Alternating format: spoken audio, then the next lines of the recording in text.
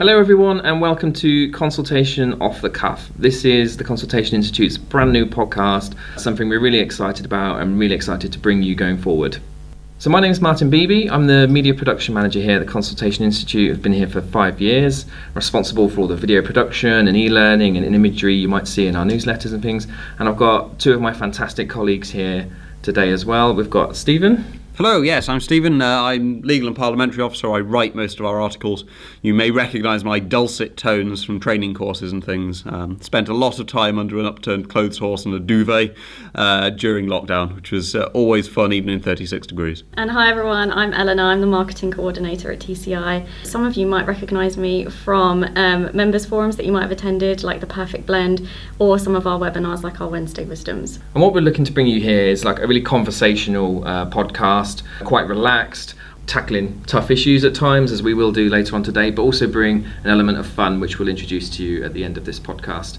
So really looking forward to getting going. Are you looking forward to it, Stephen? Absolutely, yeah. No, I love the sound of my own voice. So you two are just going to have to cut me off. So in this first episode of the podcast, we've decided to discuss Net Zero Voices, which is our latest documentary based on the climate emergency and our time spent at COP26. All right, guys, so we've set that up. Everyone ready to go? Yeah. Yeah, let's go.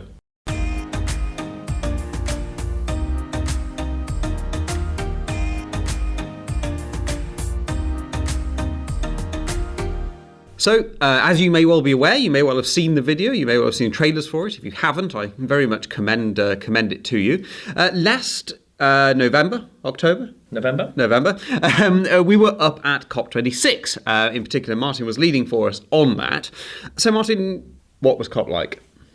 A really great experience, actually. I think there'd been such a big build-up to everything that was going on in Glasgow, particularly sort of post-COVID, big, huge event. So it was an intriguing job actually to go up there for a few days, and lots of Italian food was consumed and a few glasses of red wine. A few days we were there, but predominantly we were up there to speak to different organisations. As you can imagine, hundreds and thousands of organisations and people from all over the world coming to this one place to discuss this huge topic.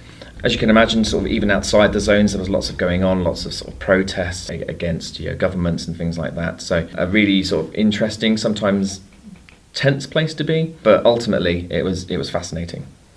And why did you decide to film it? What was the purpose of that? Well, predominantly we're coming in from like a consultation perspective, so really it was how consultation and engagement ties in into everything that's going into climate change and the procedures and protocols that are going to be put in place, and how that has an effect on everyday citizens, me and you. So as you can imagine, the people we spoke to, they had very different agendas, be that through their individual opinions and perspectives or the organisations they represent. So it was really interesting to hear those different perspectives, but ultimately it was about how we can tie those ideas into the work we do.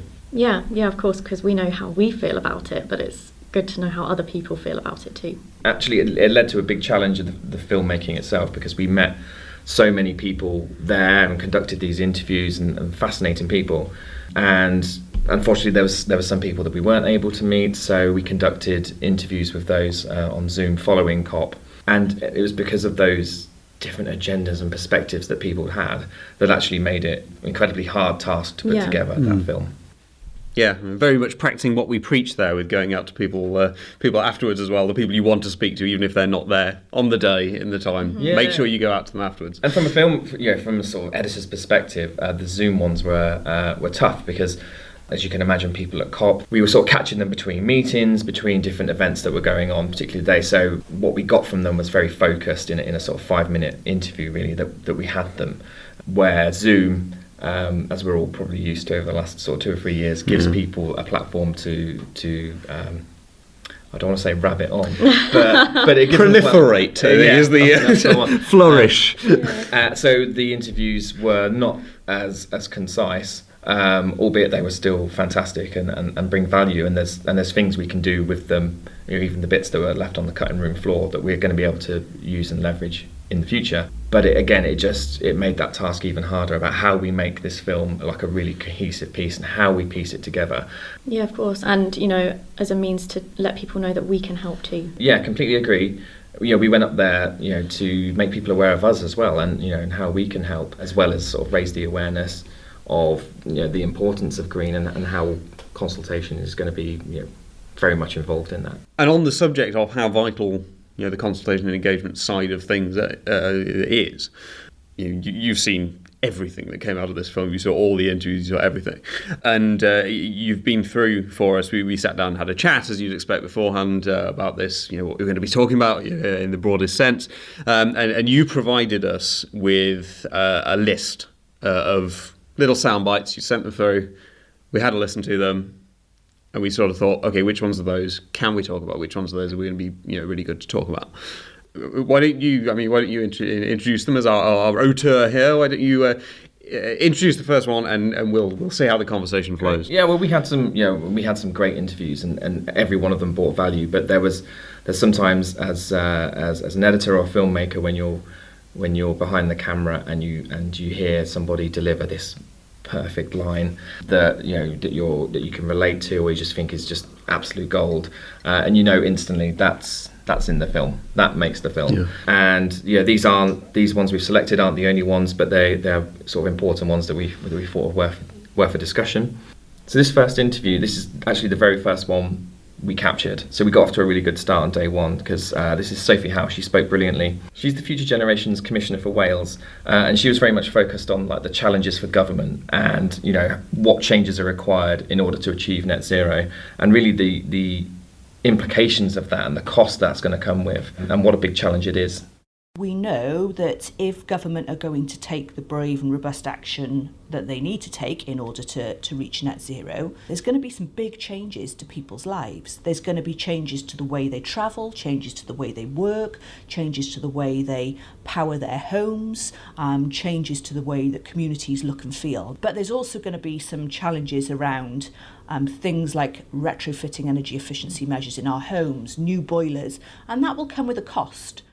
So, big focus there on the challenges, the big challenges that are there. But how do you get there? Yeah, it's really difficult. Sophie there is talking very much the sort of top-down approach, the government approach. And for new policy, always a challenge for government, especially when it's policy that is going to require very significant changes to the way people live. And even if they're not individually big, collectively, they are big. And change, we all know it. Change is scary. It's not an easy thing to take people along with those sort of changes. Yeah, absolutely. Change is scary. I remember a few years ago when Carphone Warehouse was a thing, and I went in there and the guy was like, you realise you haven't updated your iOS for the last 5 updates. And I just had to be like, yeah, I just really don't like change. I'm sorry. I think change is one thing though, isn't it? When you know what the change is going to be. But great example, because what is that update going to entail? Yeah, in relation to what Sophie's talking about, it's like when you're not clear on what the change is going to be, of course it's scary. Yeah, definitely. And when you don't know what to expect and you don't know how it's going to impact your day-to-day life. People are so used to their routines that if somebody came along and said, well, I'm sorry, but your routine is going to change, with this and this and this, then for everyday people, when they're not aware of what that change might look like, then the prospect of it is definitely scary. There is an extra point of difficulty here, which is that a lot of the changes we're going to have to make, we will not necessarily see the results of. It's not going to be something that, we all start driving electric cars and then in 3 years everything's fine. This is long-lasting change. This is change that is, it's generational change. It's necessary generational change, but it is generational change. But there's another issue with that alongside what you've just said, in that yes, we aren't going to see necessarily the positive results of all of our hard work and what the changes that need to be made, but equally for sort of the older generations, for them, in their point of view, yes, they're not going to see the positive change, but they also potentially haven't seen and won't see the particularly negative changes either. So for them, it's kind of abstract. It's like, oh yeah, I'm hearing that there's going to be a lot more natural disasters and flooding and things like that, but it might not necessarily be something that they see in their own lifetime. And I know it sounds selfish, but for them, they're probably thinking, well, it's not going to affect me. Why do I need to bother? Yeah, absolutely, and that's a big issue. We're recording this in the UK, and if anyone's listening outside the UK, and obviously at the moment we're starting to see stuff in the UK that we would not have seen. At the moment we're sitting here, we're recording this in a sweltering room, we're in the middle of a heat wave. A couple of weeks ago in the UK, we hit 40 degrees. I personally found that quite scary. because that wasn't like a broken record that was just, it's a bit warm in Cornwall. Every year, the papers go on, we've hit a new temperature record in the UK. But it's usually only one place. Not great for that place, but it is only usually one place. Whereas, the last few weeks, it was everywhere. And in a lot of cases, it wasn't just, a few decimal points over the temperature. I was literally just about to make a point on the decimal point. Yeah. Is that I think it's a little less alarming for people when they hear, it's gone up another 0.2 degrees. Yeah. The record was 37.2 and it went up to 37.4 this summer. And I think there's been a lot of talk about climate change and the effect it's going to have. And perhaps what we've experienced recently is the realisation that some people might need for change. Linking it back to what came out of COP, I felt, and one of our colleagues recently attended a conference where COP was referred to as Flop 26. And I think that sort of comes from this expectation that you have this big worldwide event and that there's going to be these immediate actions that come out of place. But in reality, it's not going to be like that. The agreements are made, but the change is going to take time. And how you achieve that and how you do that change and how you have these big marquee events, but they're sort of not the drivers of change really. You get the targets and things and they have a role to play. But ultimately, the change doesn't just come from the top. The top is very important and there's a lot of things the top can do to encourage that change, but ultimately it often comes from the bottom up. And I think, Martyn, that leads us very nicely on beautifully into to our second. It does. This is one of the Zoom interviews we had post COP. A lady called Eloise Shakau. She's from an organisation called Regions 4. Rather than hearing about the idea, that it coming from governments, like we heard from Sophie, this is very much coming from the citizens themselves, and really how this sort of bottom-up effect that's in place can influence government at a national level. First impacted by climate change is the people, is the citizens. So it's through their voice that you can show the impact and how they are already taking steps to respond to climate change. But there are local solutions that many people have had to take. Obviously, the role of a regional government is to do this bottom-up effect of really listening to the people, then coordinating mechanisms to hear them, to plan with them and to implement, and then show how they're doing that to the national governments and to the international arena. So really at the heart of what she's saying is how that impact is felt by citizens. Yeah, absolutely. And it goes back to that point that Elena made about seeing the negative impacts. The negative impacts, it's very easy in government, and it's one of the big problems of a lot of governments, that you see these things, you see problems and issues as being sort of abstract. They're just sort of fuzzy clouds of problems. And sure, sometimes they have sharp points to them and you might end up feeling it.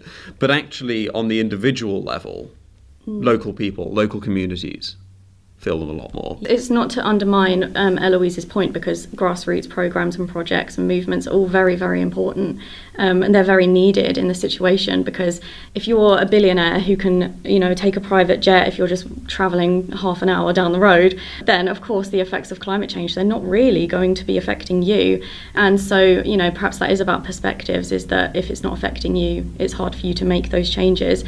And of course, the projects at local levels are very important, but I think change does have to come from top down, because not to say what's the point in making small changes at home, or going away from plastic straws. They all have value, but I do think that we need to see real examples from top down making those changes, because if they're not bothering, then why should we?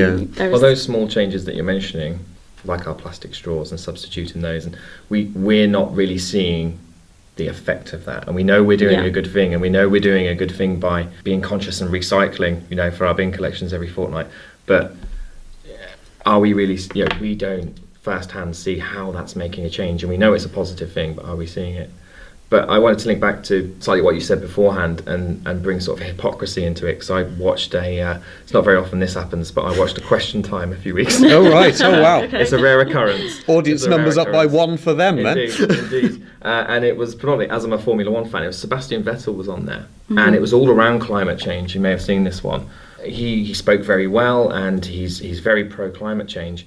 This is a Formula One driver who travels around the world, for a team who are, you can't imagine, climate damage they're doing, not even necessarily on track, but, traveling around the world as they do for 9 months of the year. And there are, sustainability plans in place for Formula One and how they're going to achieve lower emissions and all these sorts of things. But it's difficult watching someone in that sort of position preach on national TV about the importance of climate change when they do what they do. But tying that together, a lot of the things we see, I think, Als, you're absolutely right about, the change does have to come from the top. The policy change has to be driven. But I think it's about how you use those local groups as sort of drivers to push that change and how they contribute to that change. And there are so many good ideas out there. We see them all over the place. There's the very prominent activists. And I think it is notable that a lot of the most prominent activists do come from those more affected groups as well. And you see, there's some fantastic work being done, by indigenous groups, people like that, bringing it in. I think there's a bit in the film, isn't there? We have a section a little bit that's spoken about. Yeah, we do. A doctorate from London, Dr. Elif Selen, and she touches on the importance of involving Indigenous people. I suppose the point there, we talk at the Institute a lot about seldom heard groups and how you reach seldom heard groups. And a lot of the people who are most, they're sort of, seldom heard is a general catch-all term, I suppose, for sort of ignored by government generally. So I think it's very important to draw on that energy, that real vibrancy of activism and of knowledge as well, that pool of resource knowledge as well. Yeah, but even with that, you said it yourself that the seldom heard groups are often, seen as classically ignored by government. And are these activism groups created as, these sort of vibrant, positive groups that are just looking for change, in any way that they can? Or is it more of like a needs must? We are literally, our homes are being destroyed and we have no other option because governments aren't listening to us. Yeah. And how long do you stay vibrant and positive when you don't see the change? When you don't see the change, and yes, your personal life is being greatly affected by the changes that are happening around you that perhaps you didn't do anything to create.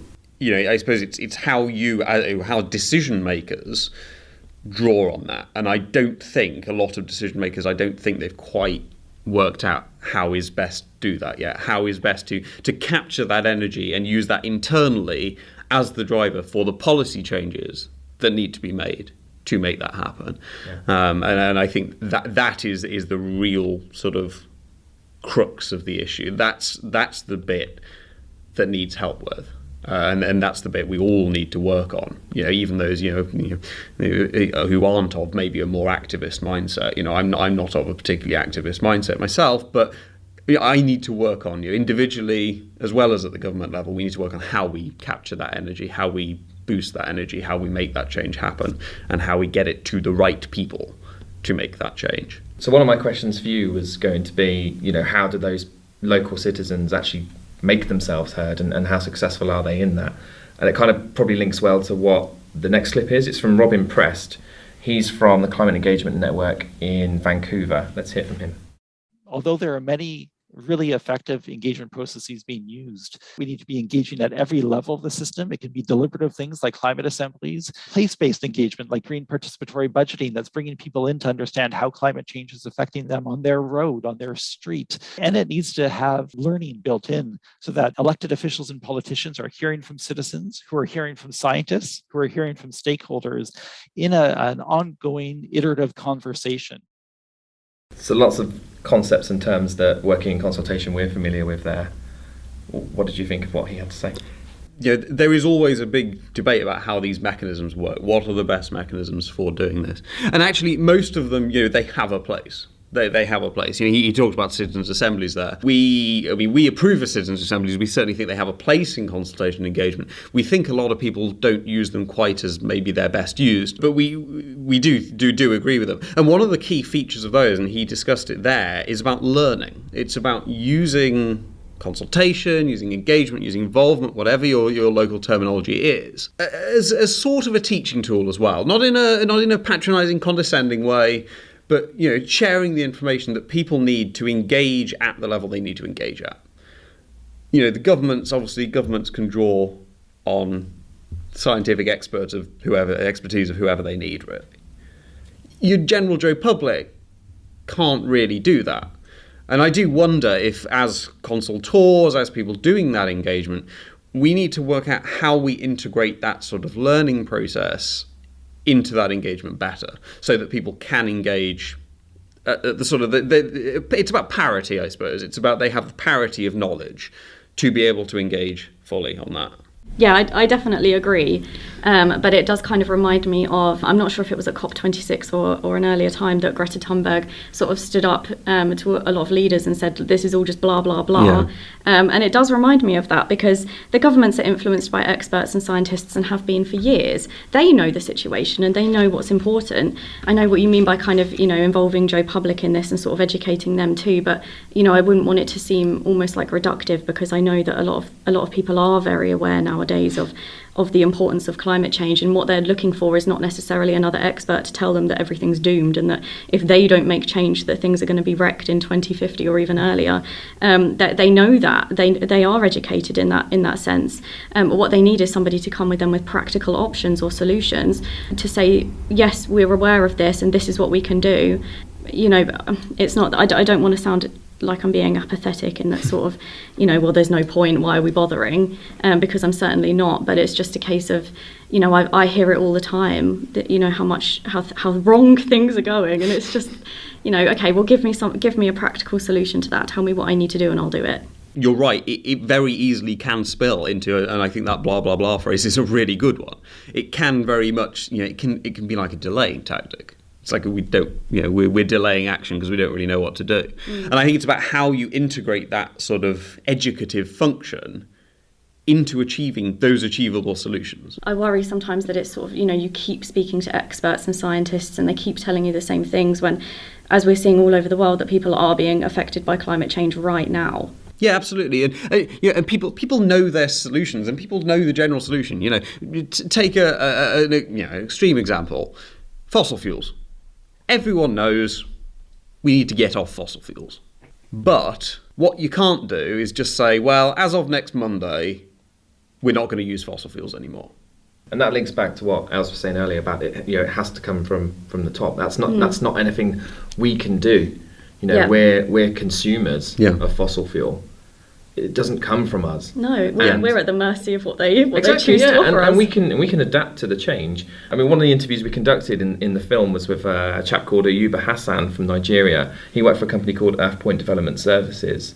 And what they do is they're building energy efficient homes ready for people to move into. They're not taking an approach, say in this country, where sometimes people are acting for themselves by installing solar panels on their roofs, which is starting to happen now because of the energy bill crisis and things like that. They are building energy efficient homes with solar panels, with efficient lighting into the home, and forcing that change for people. Yeah, and that's a perfect example. They're not going to the people and saying, what do you think we should do? What would you like to see in your future home? They know what works, they know what will be best for the environment, and they're just implementing it. We spend a lot of time at the Institute, somewhat ironically saying, no, you don't need to consult.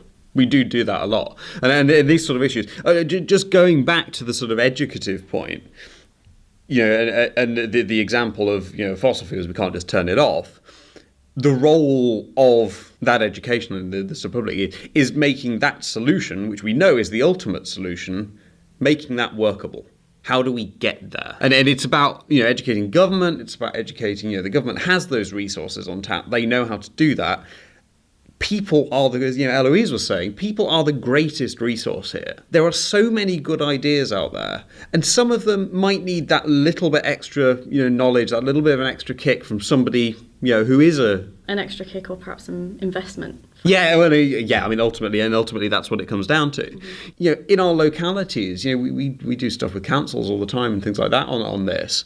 There's loads of universities and things that have climate departments, things like that. Let's internally, at the local level, draw on those resources to help people develop these sort of kernels of great ideas they have to how to achieve these bigger solutions, and really give them not only the drive and the vigour to push that through, but the sort of, the more technical knowledge they might need to actually make it work. I know before I joined the Institute, I kind of perhaps was a little bit cynical in thinking that people in councils perhaps didn't really care. Like, that's kind of how I saw it. And then since joining the Institute and speaking to more people that work at councils, you find that they do really care. They really want to make that change, but they just either don't have the funding or they just don't know how. Their hands are tied. That's the other big problem for government, is how you break that chain. How you break that chain and how you go about it and how you effectively utilise those resources. And it's fantastic and a great target to aim for, that we are all driving electric cars in 8 years' time. Mm-hmm.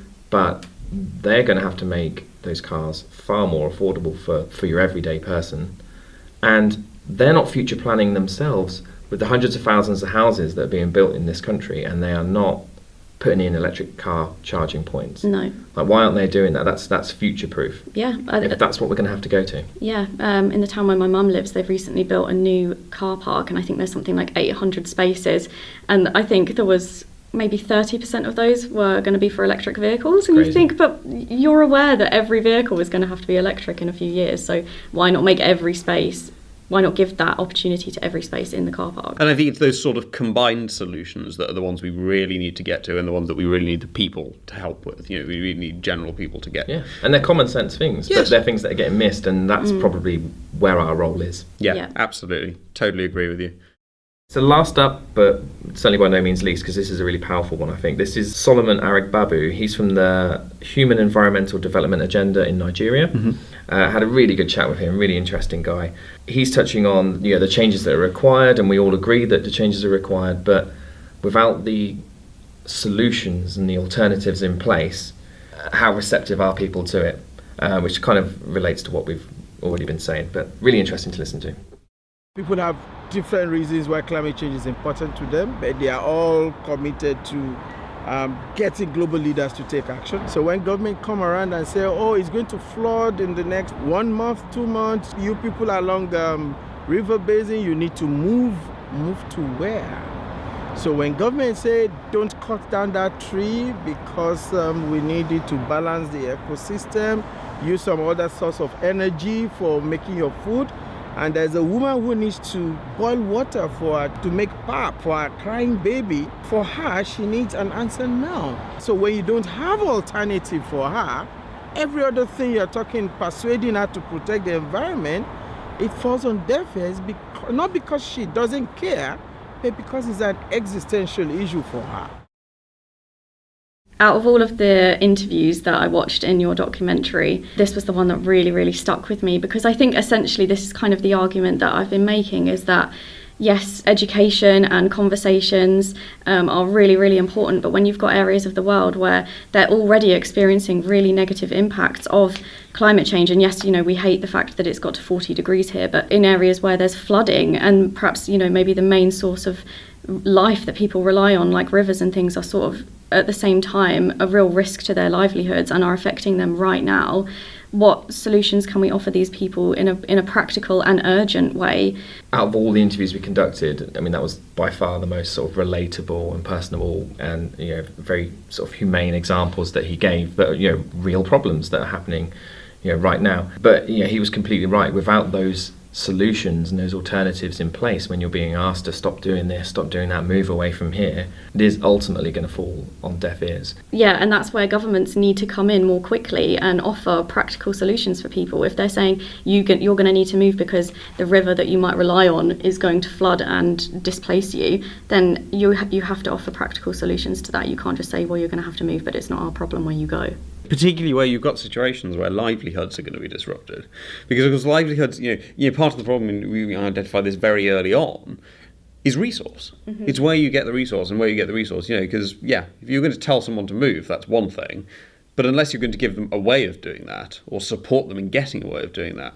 And of course, a lot of the people who are suffering sort of most sharply at the end of this are those people who are less able to do that on their own, who do need that extra support to do it. And if your livelihood's been disrupted as well as having to move or having to deal with crises, you've got even less resource. It's no use just telling people, well, if you don't do this now, it's going to be worse in the future. But this is where, again, with the governments, is that this is a global responsibility for all our governments. It's not a case of, well, we'll look at the issues that are affecting our country. It's let's look at this as a global issue, because that's exactly what it is, and share the responsibility, help people out, create solutions to issues that they're facing. Yeah, and you have to remember as well, of course, it doesn't impact everyone equally. And we do tend to see this, we've already enjoyed our industrial revolution. We've already had this and caused the problem largely. Even we slipped into it earlier when we were talking about, I was saying it was 40 degrees here and it was awful. It was, and it's caused a lot of damage and it's caused a lot of harm. That's nothing compared to what some people get. I think sometimes we need to step out and we need to actively challenge ourselves as individuals and as decision makers to step out of those frames of reference. And part of that is, seeing it as a global problem, seeing it as seeing the solutions as well as being part of that. But the issues that exist, for example, in Nigeria, Solomon, in the interview, again, it wasn't part that featured in the film, but he mentions these very rural areas of Nigeria that are by the coastline and very susceptible to flooding, are very different to the problems in Lagos. So the solutions are always going to be very different. His opinion was that, of course, those in the more rural communities, in the poorer areas of the country, more deprived areas, they're almost left behind.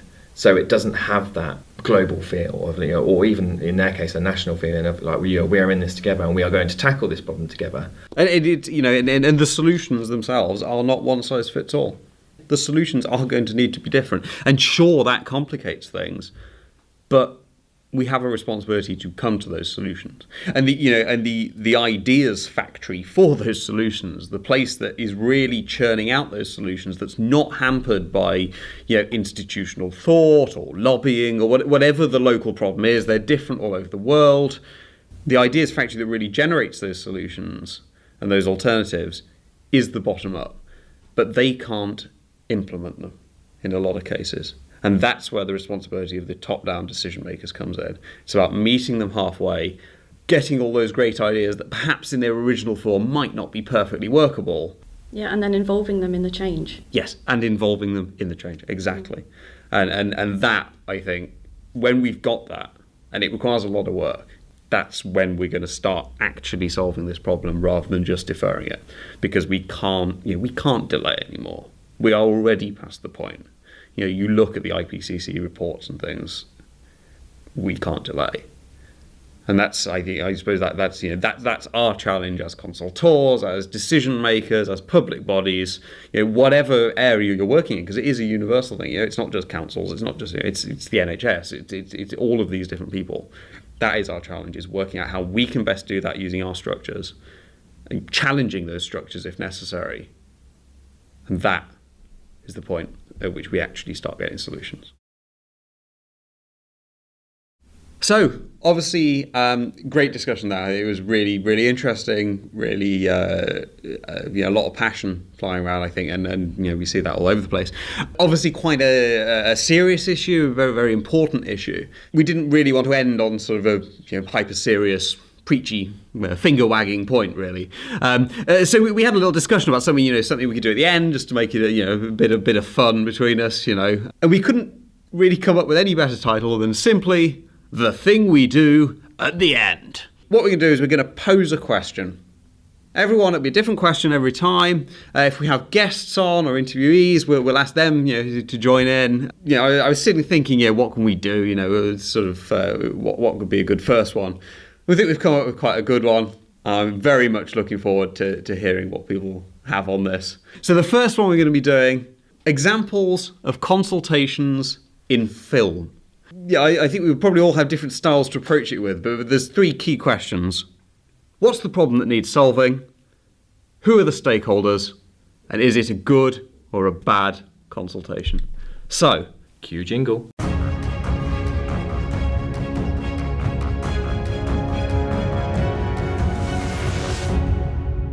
Els, what do you got?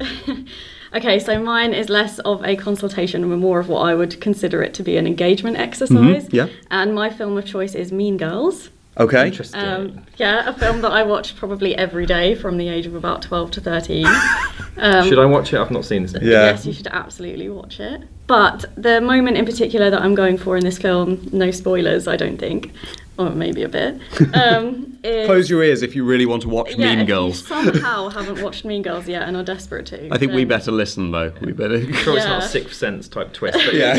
No. So there's a part in Mean Girls where Regina has exposed the burn book, which is essentially where Regina, Katie, Gretchen, and Karen have written everything possibly people that they don't like. They've written mean things about in the burn book, perhaps secrets of people that they shouldn't reveal, and they've wronged Regina in various different ways. And she's thought she's going to get her own back, and she's going to expose the burn book, print off all the pages, and stick it around the school for everybody within the school to see. Teachers, students, everybody.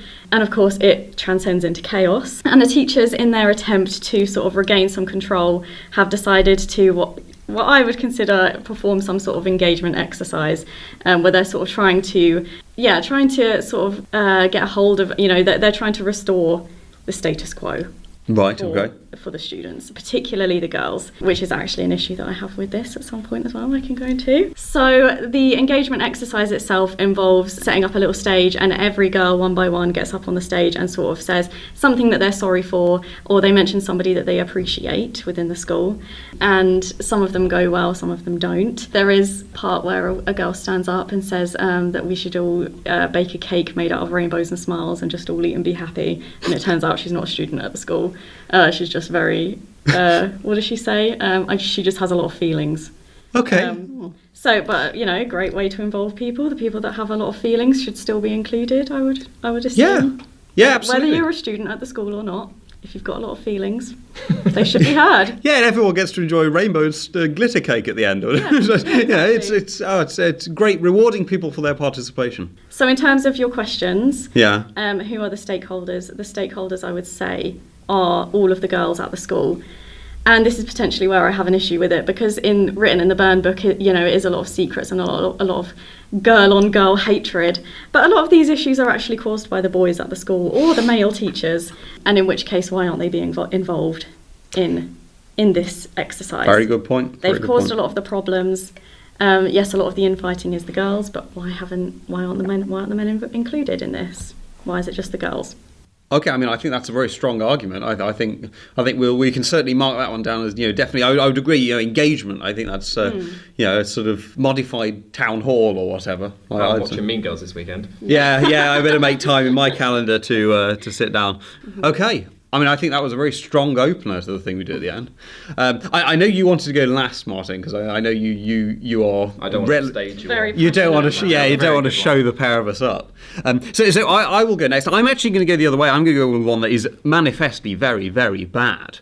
So I am, as you might imagine, a big sci-fi and fantasy buff, and I'm going to go for the classic of sci-fi. I'm going to go for Star Wars. This is the first Star Wars film. This is the original trilogy, not the prequels or the sequels.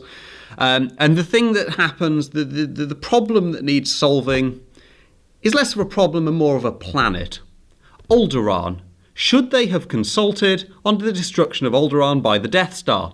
Of course, they don't actually do that in the film. You get a meeting of various commanders of the evil empire, and they sort of go, oh, yeah, and then eventually Peter Cushing stands up and gives one of his classic sniffy, scary speeches, in which he concludes, no, we're going to fire this weapon upon Alderaan. And, so what's the problem that needs solving? Well, the problem is a galactic rebellion. Doesn't really solve the problem. Someone probably could have told them that, had they been consulted. Who are the stakeholders? Who do they consult? Well, it's really only the commanders of the evil empire and Princess Leia. She does get a word in and begs him to stop, and he says no. Is it a good or bad consultation? obviously it's terrible. It's decisions being made without consultation.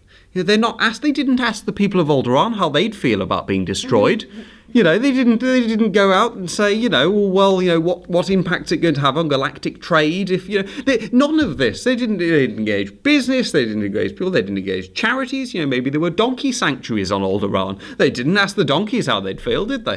So, in my view, terrible consultation. Absolutely terrible. And I know, if I had their phone number, I'd be calling them up and complaining about it. And I'd be saying, the Institute, we got our rules here.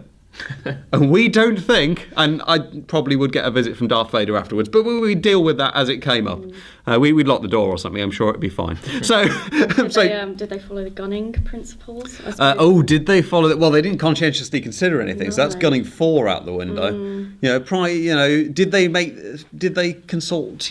Before the decision? I think it was about 5 or 6 minutes before the decision. Something like they had a different interpretation of the word gunning. We're gunning for Alderaan. The Alderanian gunning principle's clearly not there. Yeah. And provision of enough information. They just no. I think absolutely fail on every ground. For judicial review. That's it. Yeah, judicial review. The Galactic Supreme Court can rule on that. And but from my view, from the Institute's view, and I don't think it's going too far to say, it is an official Institute position that the destruction of Alderaan should have been consulted on, and should have been consulted on really bloody well, and it wasn't. So, well, it's important, and we do it in our work to point out the good and bad, and you've highlighted that, but that moves seamlessly into my absolutely fantastic one. Go on, you've been looking forward to this. We know. I have, and you know what? Once I got this one in my head, I could not have found another film. And I hope I do this one justice. He has 7 or 8 pages of notes, so I feel you should know this. We'll try and cut him off at an appropriate juncture. But it is The Lord of the Rings. Right, okay. Which bit? Huge problem in the first film. We've got this poor little hobbit who's inherited this ring, and it's this ring of power. And he doesn't know what to do with it, and he flees his home. And to cut a long story short, I'm sure most people have seen Lord of the Rings by now, know the story, have read the books. But they end up in a place called Rivendell, which is a home of the elves, and they hold a council of what to do with this ring. And why this consultation is so bloody good is, can I ask to support my argument, when was Mean Girls released? Oh, I don't know. I'll have to look that one up. It would temporary research Googling going on in the background. I'm only asking because I'm making an assumption that they would have had things like the internet and be able to make use of... Oh yeah, it came out in 2004. So they could have been using online surveys and things like that. And ways to communicate and bring people together. This was really difficult for these guys. They lived in the Dark Ages. They probably communicated to each other by lighting the beacons just to bring everybody together. It is fictional though. So the fact, I don't know. They could have had anything. Incidentally, the Institute does not recommend the use of beacons to summon people to consultations. I feel I should just say that. But what they did was bring every race together. So we even had a wizard, for goodness sake. We had Gandalf the wizard there. We had the elves. We had the dwarves. We had the hobbits. The realm of men. Everybody was there. There was even difficult consultees. Mad dwarves trying to destroy the ring with an axe. Argumentative men who wanted to do what they wanted to do with it. But they effectively had, in my view, pretty good all-round focus group, which incorporated options development. What are we going to do with this ring? Within the group, was it mostly men? Yes, it was. There's an issue, and that... There's a flaw in your excellent You've been waiting for this, haven't you? You've explored this for a little while. I actually didn't know which part you were going to discuss, to be honest. That is an issue. But I'm sure we've all seen the clip of the entire trilogy where 2 women have a discussion with each other. Yeah. Was it 2 seconds long? It is something like that. So that's really my support for it. I thought, as an engagement exercise, we've identified a flaw now from a gender perspective, which isn't great. I'm sure that's something that they'd improve upon next time, given the feedback they were given. But all round, they came to a consensus, and that's why I feel Lord of the Rings is the best consultation seen in movies. I mean, that was a hell of an argument. I think you've certainly sold Elron to me as a sort of facilitator for these sort of things. Yeah. I think that we can certainly say. Yeah, I mean, we don't need to go too deep with it, but yeah, the option they went with, saved Middle Earth, and everybody was happy. I think Was everybody happy? Well, lots of people died, unfortunately, but it was. What about Sauron? Was he happy? I don't think he would have been too. Was he consulted? Was he part of this group? He was not consulted. Or were they hearing about one side, Martyn? I think Sauron could be exempt because he hadn't actually taken physical form yet. Oh, I'm not sure whether you can exclude people on the basis of them not taking physical form. I mean, he was just an eye in the sky. It's not one of the protected characteristics, but I'm not sure. I don't know whether that's fair. It's not in the spirit of it, surely. It could have been. I mean, I think you're clutching at straws, both of you. Oh, you do you? Okay. Wow. Well, I mean, I think certainly it's an example of a consultation, I think we could say. A certain form of consultation, certainly. Yeah. Well, there we go. 3 consultations. Well, One which is definitely quite good. more of With an flaws. engagement exercise. Well, engagement exercise.